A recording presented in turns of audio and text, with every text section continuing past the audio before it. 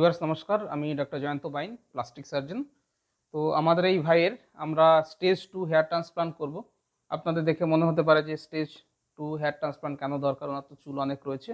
এটা কিন্তু সামনের দিকের চুল, এবং আমরা আজ থেকে 9 মাস আগে ওনাকে হেয়ার ট্রান্সপ্লান্ট করেছিলাম স্টেজ 1-এ। পাশের ছবিতে নিশ্চয়ই দেখতে পাচ্ছেন, সেখানে জোন 1, 2 এবং 3-র কিছুটা পার্ট আমরা এই এরিয়াটা কভার করেছিলাম। অ্যারাউন্ড 3000 ফলিকেল দিয়েছিলাম। দেখুন সামনের দিক থেকে কত সুন্দর চুলটা এসছে। একটু রোমশ রোমশ লাগছে, কারণ দাড়ি থেকে আমরা অনেকগুলো ফলিকেল নিয়েছিলাম, আমাদের নিতে হয়েছিল, কিন্তু ওভারঅল কিন্তু গ্রোথ খুব সুন্দর এসছে। এইটা হচ্ছে 9 মাস পরে স্টেজ 1-এর রেজাল্ট। আজকে উনি এসছেন এই পেছনের অংশটা নিয়ে আসে। তো এটা আমাদের সামনের দিকের ট্রান্সপ্লান্ট করা হয়েছে, সামনের দিকে আমরা করেছি, এবং এই যে জোন 3-র কিছুটা পার্ট এবং 4A 4B এটা বাকি রয়েছে। আজকে এই এরিয়াটা আজকে আমরা কভার করব। এই এরিয়াটাতে আমরা 2500 ফলিকেল দেবো, আর সামনের দিকে 3000 দেওয়া হয়েছিল। টোটাল 5500 চুলে আমরা পুরো মাথাটা কভার করার চেষ্টা করছি।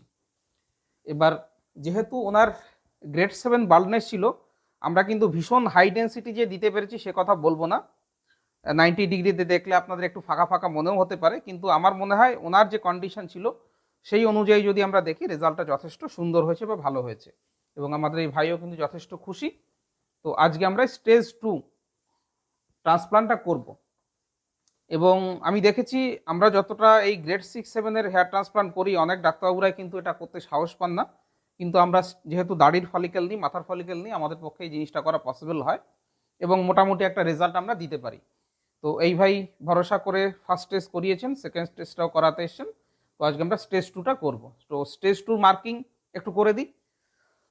তো এই যে ফাঁকা এরিয়াটা আছে, ওনার ক্ষেত্রে মাথার সাইজটা একটু বড়।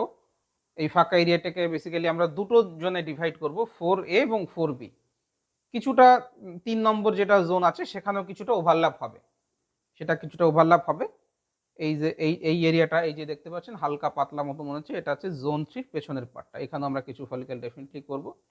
আমরা ওনার মাথায়, আমরা বাংলা গোলা বলি, দেখুন একটা গোলা দেখতে পাচ্ছি এখানে সেন্টার, এবং চুলগুলো একটা পাকের মতো বা একটা ঘূর্ণির মতো ঘুরে গেছে। এইভাবেই আমরা ট্রান্সপ্লান্টগুলো করব। তো সামনের দিকে চুলগুলো সামনের দিকে আসবে, এটা সাইডে যাবে, এগুলো পেছনে যাবে, সেই ডিরেকশনটাতেই আমরা ফলো করেছি। কাছে নিলে জিনিসটা বুঝতে পারবেন, দেখুন একটা গোলার মতো কিন্তু জিনিসটা মনে হয়েছে।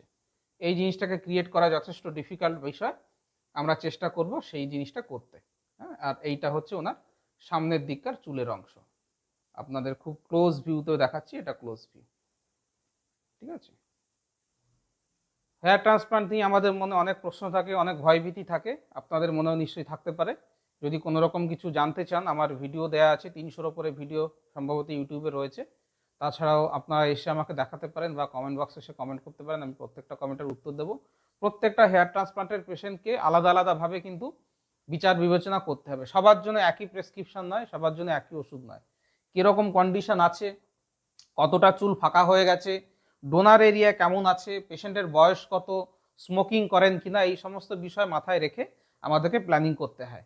তো হেয়ার ট্রান্সপ্লান্টের ক্ষেত্রেও কোন গ্রেডেড বার্ডনেস, ডোনার এরিয়া কেমন রয়েছে, রিসিপিয়েন্ট এরিয়া কেমন রয়েছে, স্মোকিং করেন কিনা, প্রেশার আছে কিনা, কি প্রয়োজন উনি হেয়ার ট্রান্সপ্লান্ট করছেন, এই বিষয়গুলো জানতে হয়।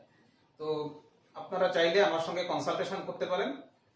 আমার ফোন নম্বর দেওয়া রয়েছে, হোয়াটসঅ্যাপ নম্বর, সেখানে আপনারা আপনার মাথার ছবি যেটা ফাঁকা হয়ে গেছে এবং যেখানে চুল আছে, দুটো ছবি দরকার, পাঠিয়ে দিন। তাহলে দেখে আমি কোন গ্রেডেড বার্ডনেস, কি করতে হবে, কত খরচ হবে, সমস্ত ডিটেলস বলে দেবো। ভিডিওটা ভালো লাগলে লাইক করবেন, শেয়ার করবেন, চ্যানেলটা সাবস্ক্রাইব করবেন। ভিডিও দেখার জন্য ধন্যবাদ। নমস্কার।